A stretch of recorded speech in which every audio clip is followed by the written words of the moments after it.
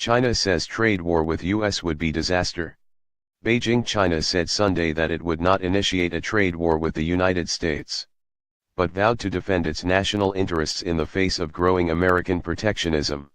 There are no winners in a trade war, and it would bring disaster to our two countries as well as the rest of the world, Minister of Commerce Zhong Shan said at a briefing on the sidelines of China's annual parliamentary session.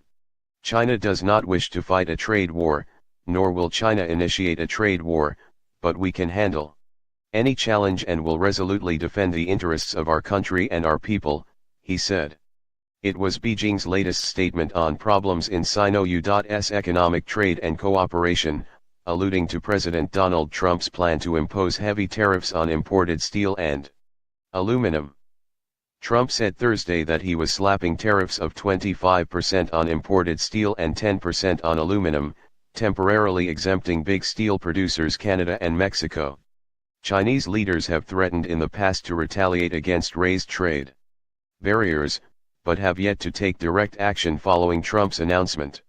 Citing Chinese researchers, Zhong said the U.S. has been overstating its trade deficit with China by about 20% every year. He gave no details on how this figure was reached.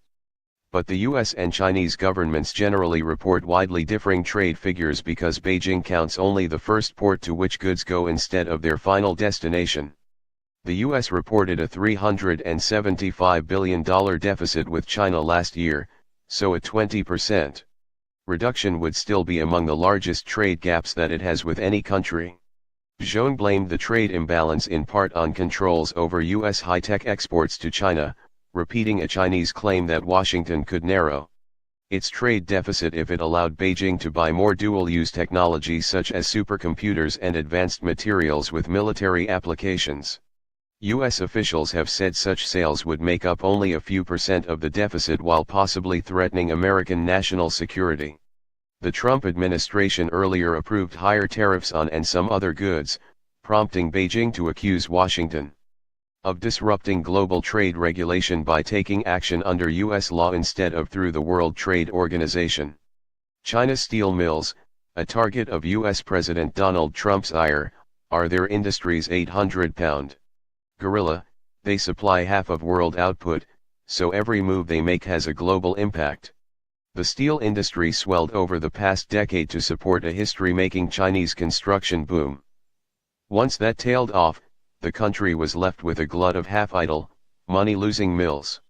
Beijing has closed mills and eliminated 1 million jobs but is moving too slowly to defuse American and European anger at a flood of low-cost exports that is double the volume of second-place Japan. In the U.S. market, sales of Chinese steel have plunged due to earlier tariffs of up to 522%, imposed on some products to offset what Washington says are improper subsidies to producers.